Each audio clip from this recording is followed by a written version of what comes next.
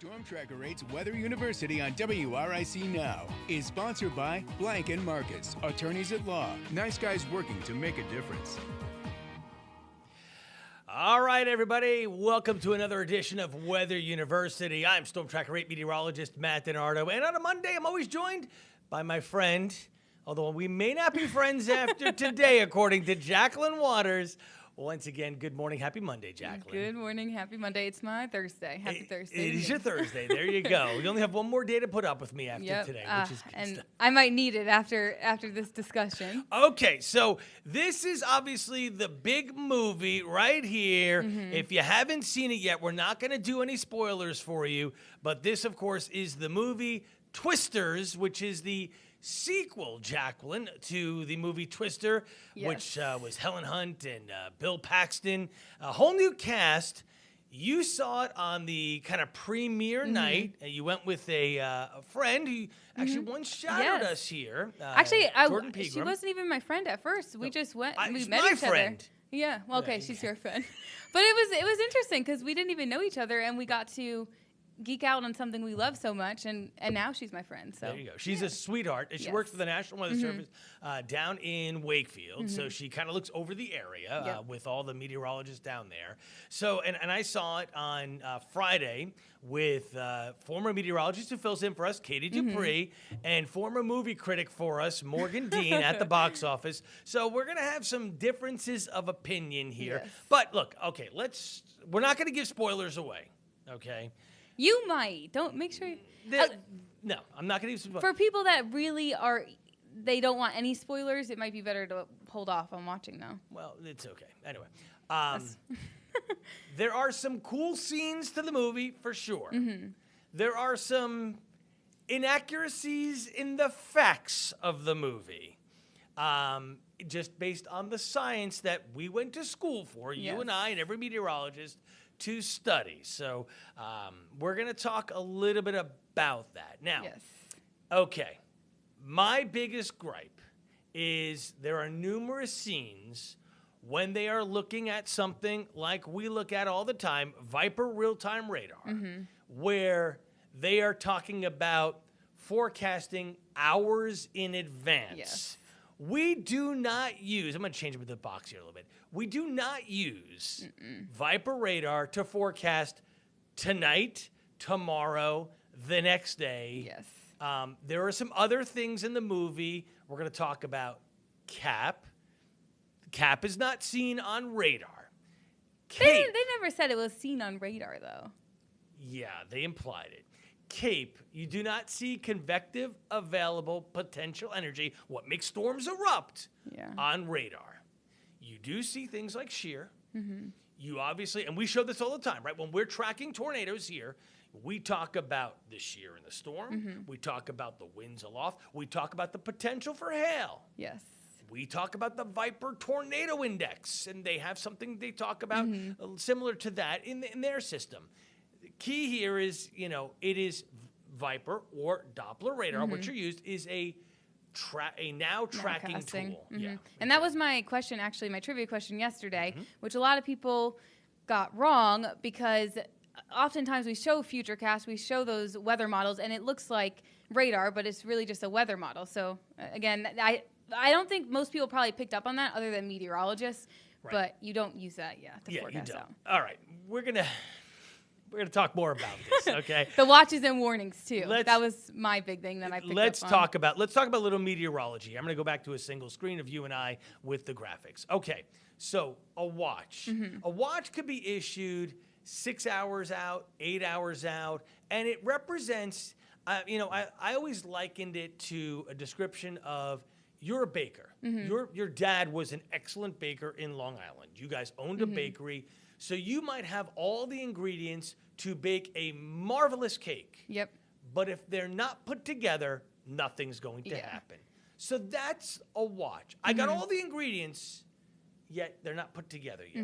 And usually it's over a bigger area, which sometimes you'll be in that watch and you won't see some severe storms. But in the warning, which comes out later, or in most cases comes out later, usually all cases, it's issued when it's actually happening or in the very close future. Right. So it's either imminent or it is happening, right? So, we start to see, okay, now all the ingredients have been put together, and we're starting to see, let's talk about like a tornado warning. So talk about twisters. We have the shear, the rotation happening. It may be 20, 30,000 feet in the sky, but Viper radar is detecting that. And therefore, we're starting to see, oh, we got that. And all of a sudden, the radar system will pop out a meso rotation, and a tornado warning will be issued. And there go Jackie and I on the air. Yeah, and there was one scene, I won't give out any spoilers, there was one scene that they were caught off guard by the weather moving in, which was a twister, as the title implies. Right. But usually we are forecasting this. Usually it's a big event, and we're forecasting it days out, and the watches and the warnings are out. And I did not see one scene where they had any watches and warnings, right. Which just isn't real. It isn't real, right, for sure. There was a lot of stuff where they would show, the potential later today of, and they used meteorologists, by the way, we will say this, in clips from meteorologists in Oklahoma City, that, do this on a daily basis or, for a season, right? Because their tornado season is from sometimes early April through June, right? So that's pretty crazy stuff. The producers interviewed meteorologists in Oklahoma, whether at the National Weather Center. I know some of my friends out there were interviewed, and storm chasers, just to get as accurate as they can with the whole lifestyle. And I did read this morning, it was posted, that the two main characters actually went to NSSL and sat in a room to understand a little bit more about this so they could play the parts as legit as possible. Okay, now, legit as possible. It is a movie. So there's going to be some liberties taken with things. And you're going to dramatize the things because it is a movie. But yeah, that was my big thing. I forgot I added this. It kind of breaks it down, like you were saying. There you go. So you have all the ingredients for the tacos, but you don't have the taco warning until it's all made, which is kind of the same thing with weather watches and warnings. I really don't like you right now because you just made me super hungry. I could really go for a couple of tacos. Those tacos. No, but that's exactly the point. I got my guac. I got my this. I got my that. But I got to put it all together to make this happen. Okay, you should have a way to receive weather alerts, no matter what it is. Tornado, severe thunderstorm, watches and or warnings, blizzard warnings, ice storm warnings, hurricane, tropical storm, whatever the case may be. And whether that's an old school no weather radio. I don't even know if they still make those. I know they do, but it just seems like that's so old school now. I do too, but everything comes to the phone. Yeah, but I mean, it is, and in this graphic too, it says have multiple ways to receive warnings. Right. It's important to have multiple ways because if your phone dies or you lose service, maybe the batteries on your weather radio dies, it's good to have all those options.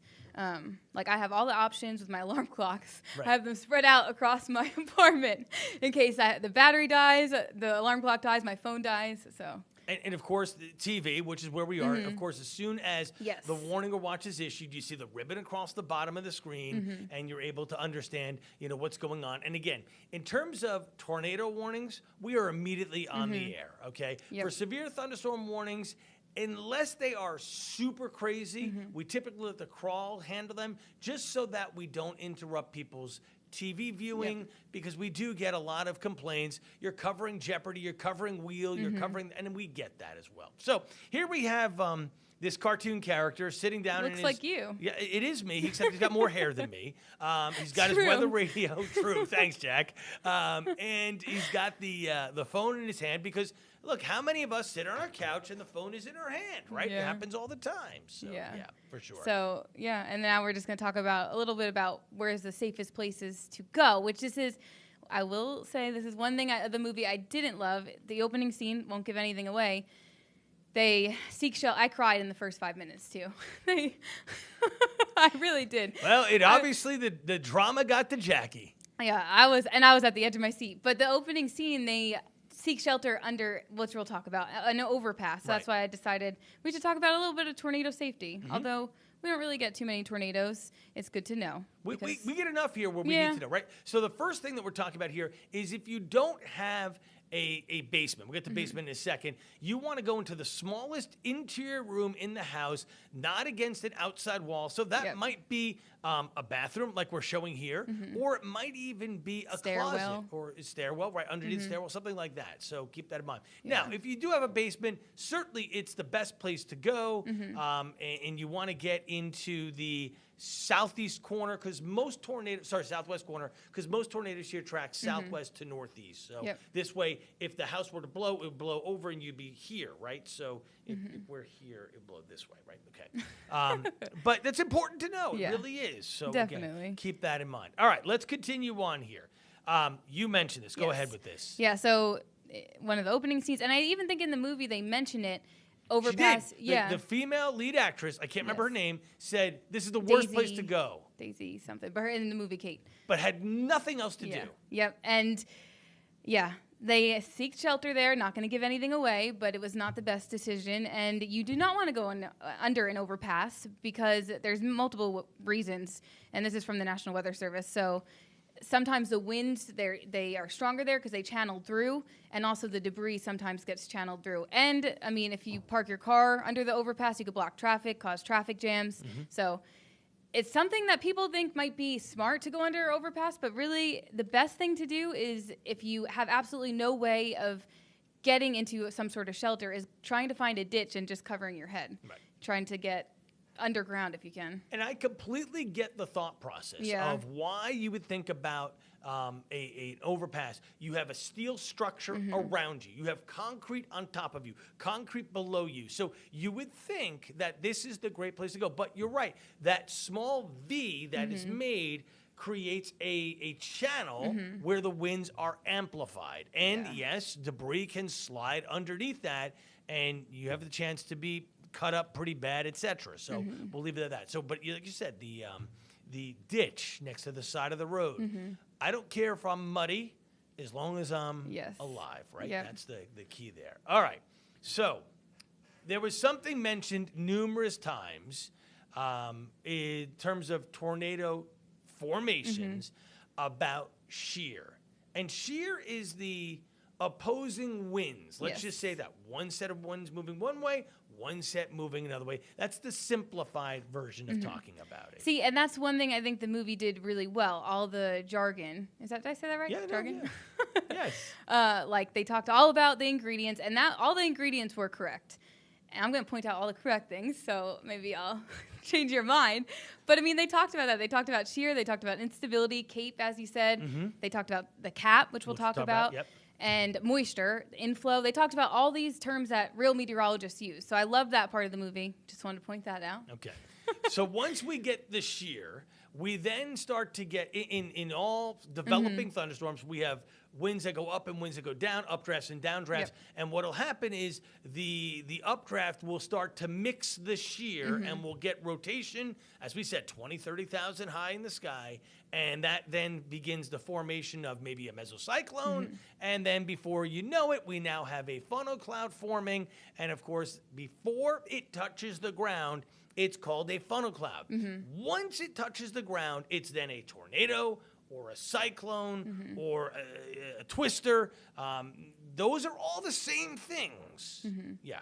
And over water spout. Oh, water spout. There you go. So, I mean, there's still a lot of unknown, too, with the exact way tornadoes are formed. Correct. Which is something that I enjoyed about the movie, too. Okay, so we'll talk. All right, so in the first movie, the emphasis of the movie was putting Dorothy, in the path of a tornado, because everybody saw the movie from 1990, whatever it was. 96. Is that what it was, 96? And they tried to get it to fly, and the balls flew, and all that great stuff. And, we got all these readings and Just whatever. like that. Okay, it was exactly The real that. one's in the National Weather Center in Norman, Oklahoma, by I the way. understand, right. Toto, I think? Yes, but it's not the way that things are done now, and we'll talk about this, because in the movie, they did try to triangulate radar to get a 3D imaging of what's going on.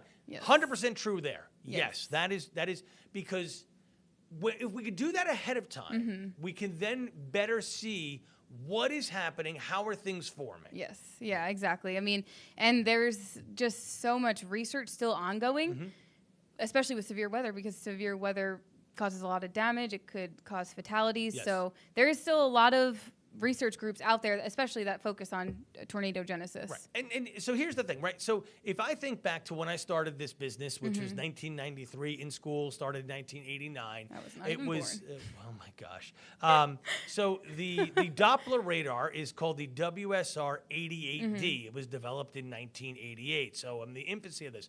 Previous to that, the old radar was the 57, which was created in 1957. So the technology, of course, had been around for 30 years. Then in 88, we had a new one. And just even from that technology alone, the ability to help to see tornadoes forming and the not the ingredients, but that we can get warnings out quicker, that has helped tremendously. And so now there are very few instances where a tornado forms and there's no warnings. Yeah. The biggest problem we have now is tornadoes form, the warning has been issued, but it's in the middle of the night and you're sleeping and you're not woken up by your phone, your weather radio or something like that because you don't have them on or whatever the case may be. And that's actually something that's good to note in the movie. They have the sirens. Yes. We don't have sirens here. So we have two. We do. Yes. I didn't know that. U of R has one and VCU has one. But to your Not point, everywhere. it is not region-wide like it is in Oklahoma, like it is in Texas. Yes. And there's always a push every time we have a tornado outbreak and there's damage. Why don't we have sirens? It's a cost thing is really what it is. And now I disagree with that. I think no cost is worth losing a life for. True. So spend the money and put the sirens up everywhere that has the potential for tornadoes. I think about, so we talked about this earlier, last week, Rome, New York, where my in-laws live, where my wife is from, where we got married, got hit by an EF2 tornado. 0 sirens. They don't have that. They don't even they get 7 tornadoes in an entire year for an average. They've had, I think, 18 this year alone, most happening in the past 3 weeks. Sirens. You got to have them. Okay. What is CAP? So CAP, they talked about a lot. They said breaking the cap, and we should have brought in that soda bottle, but this is something that we actually use in real life. I mean, we usually, I don't think I've ever said it on air. JB has. Yeah, JB has. And Yes. JB has shown this, basically this, what do you call it? The cap, soda bottle? No, what do you call it when you relate something to something? Oh, analogy. Analogy. I couldn't think of, thank you. Yep, no problem. But basically, this is something that if you have that cap, it kind of inhibits storm development. And basically, it's just a layer of warm air aloft, and it prevents those storms from building. It prevents those clouds from building. And we say breaking the cap because we could see conditions, usually daytime heating, break the cap, and then storms blow up. So you have a water bottle there, Jacqueline, and you can actually use that. I'm going to put you up full screen here. Okay. Let's see if I know how to do this in my life. I'm going to take a sip of water. Yeah, I guess.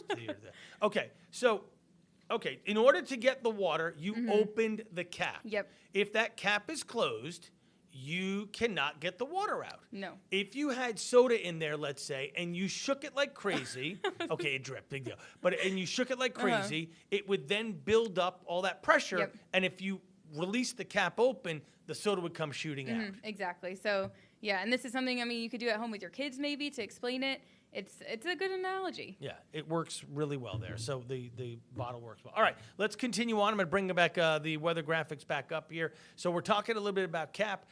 So there's a couple of ways to break the cap, as you said. Get sinking warmer air, gets it to rise. The colder air breaks the cap, warmer air rises, and we get thunderstorms forming. Another way that happens is by a cold front coming on in. It creates the lift that's needed to rise the warm air, to break through the cap, and that's the typical way we see it. I mean, you do get the popcorn thunderstorms, but, like today, for instance, going back to this, we're watching Viper real-time radar carefully. Because we have a stationary front over us, which is helping to produce lift to give us the chance of showers and storms. And we have a lot of moisture, the tropical moisture you need, and we have that forcing there. So that's something that we're going to be watching. And again, the problem with today's forecast is these locally heavy downpours. Okay, what they drove into in the movie Twisters were called supercells. But honestly, so that's another thing. See, I'm on your side sometimes. I feel like it was like really not a supercell. I don't know. Okay. You know what I'm trying to say? Yes, they weren't mature, developed supercells but they did get caught in hell. They did have the downburst. They did have that, At the end of the day, it's a movie. Right. I'm trying to play both sides here, so Matty D doesn't hate me forever. I'll never hate you, Jacqueline. I really will never. I'm not a hater type of guy. Okay, so as you see in this parts of a supercell, I'm already thinking about my Pittsburgh Steelers. Training camp opens in 2 days. Okay, we have the debris ball. We have the leading edge. We have heavy rain. We have a hail core. We have inflow. Let's let's break all these down here. Let's start with the most exciting part, which is the debris ball. Jacqueline, explain exactly what this is. So this is basically when you have a tornado or you think a tornado is touching down, we look to see if we could see this. We'll either look on reflectivity or something we call CC, correlation coefficient, to see if what we're seeing is a debris ball. And it's basically just what it sounds like, debris in the air that's getting lofted from either rotating winds, super strong winds in the tornado, and all the different types of radar data we could pull up, all the different types. You could basically see if it's all uniform shape, if it's not uniform, and then that helps us tell if we're seeing debris. If there's a cow, it doesn't tell you exactly what, but if you have cow, farm animals getting lifted, if you have cars, what? Yeah, I couldn't say animals. Farm animals lifted. That's, again, I think of the initial movie with cows. So. Yeah. Okay, so that's debris ball. Now, the leading edge. A lot of people, we see this even in mature thunderstorms. A lot of people will send in pictures of what looks like a cloud that has rolled forward. It's either called a shelf cloud or a roll cloud. It's the leading edge to the initial gust of these massive storms. They could be accompanied by strong winds, 30, 40, 50 mile per hour winds, or even stronger. It's called a gust front. It's a very common thing, even if you don't have a tornado. You don't need to have a tornado to have that. All right, we'll continue on, Jackie. Yeah, and then next is the hail core, which I didn't remember too many parts of hail in the There was one scene movie where there was baseball-sized hail. Yeah. So something this is what it looks like on radar. Something I did a lot of storm chasing in Oklahoma. We call it hail core punching. Yep. You don't want to be where the hail is because one, your visibility is a lot lower because it's bigger, and also your windshield could just break. Yeah. But hail, we use radar to see where exactly the hail core is as well, and yeah, there wasn't that much hail in the movie, which I was surprised. Yeah, a little bit, but yeah, for your point, for sure, right? Okay, then there's storm inflow, and this gets back to the shear. We have winds that come in, warm surface winds from one way, cooler surface winds from another, again, at different heights aloft, and that helps to create the rotation and support the life of the potential tornado, or if a tornado has formed. Okay. And they did say they used inflow a lot when they were speaking. They're like, oh, the moisture inflow. And right, especially in some of the scenes, and we'll talk about this in a second, where the two competing main characters were deciding on which cells to chase. All right, so once again, if you're just looking, this was the movie Twisters. It was kind of part two, but you didn't need to see the first one to see this one at all. And I did like that because it was similar to some degree. It had obviously more advanced technology, and then also it was kind of a standalone, but also, I don't know, similar. I loved it. Okay. All right, let's... Maddie, Jacqueline, I'm going to give you the moment to say your final thoughts before I go. Okay. Well, one thing we didn't talk about... I want you to know, folks, before she goes, she has a page of notes to go against me right now. I do. I've been waiting my whole life for this moment to have a debate with you. But one thing we didn't talk about is the drone. Right. And so, yes, we don't really... There's not really a drone that could be in a tornado. Correct. But there is a group, University of Colorado in Boulder, and they actually have what they actually called the research group and made sure it was okay. I don't know all the licensing and stuff, but it's called the Raven drone. Okay. RAAVEN. I don't know if that's how you pronounce it. But Rover and Air Visual Environment Navigation. Okay. And it's actually a drone that goes 80 miles per hour, and it will go in supercells, go in storms, and collect all data back for University of Colorado. So how big was this drone? Was this, okay. A lot of people, when they hear the word drone, are going to think about the thing I can go to Best Buy and buy. Okay? No, it was big. So this is military-grade drone. Not dropping weapons, but that type of size drone. Yeah. But they actually used the same layout of their drone was related to their research group in Colorado. Okay. So that was one thing I wanted to mention, okay? Mm-hmm. Let me see what else. I mentioned, the other thing, GR2 analysis. Is that what we call it? Yeah. GR2 they use actually when they were storm chasing, which is something we use. Right. Yep. Mm-hmm. So you're just waiting. Okay. I could tell. I'm good. And then the last thing I'll say, actually, there's you can continue two more things. I love that they used so the lead. Well, there was two leads. One was a male, one was a female. I love that they had a female in it because it is a very male-dominated field, and they showed that in. What was the group? PAR that was trying to do the 3D image of the tornado, but they had the lead as a female. So I love that. They had a lot of minorities in it, and I think it's going to inspire a brand new generation of meteorologists. Okay. The last thing, until I remember something else, is the ending, and I don't want to say too much because I don't want to give it away, but the movie theater, there's a movie theater scene, and I was reading that they tried to use but the image they had in their head when they were creating the scene was the Mayfield, Kentucky tornado in 2021. Okay. And if you look up this image, I probably should have pulled it up. It looks like, actually no, because then it would have gave it away. It looks exactly like that scene. Okay. So a lot of the stuff you see in the movies are based roughly on true events and ideas. Okay. What do you have? Because I'll just... Folks, it is a summer popcorn movie, to steal the line from Mr. At the Box Office, Morgan Dean. It is not to be taken seriously. We do not drive pickup trucks into tornadoes and shoot off rockets or fireworks. We do not use radar to forecast hours and days in advance, as we talked about previously.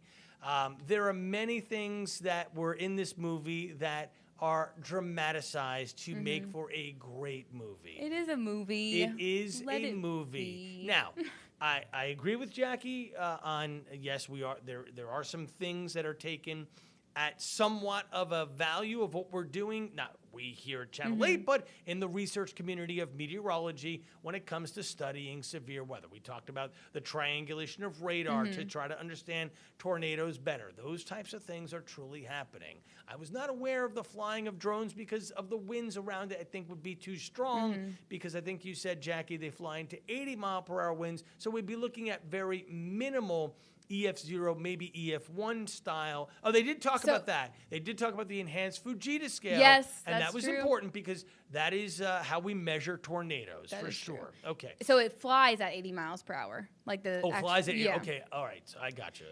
They also had... never mind. I'll just go on forever. Right. The car spikes are real on chaser cars. Usually it's for looks. But also I can just talk forever. The gas station scene. Okay.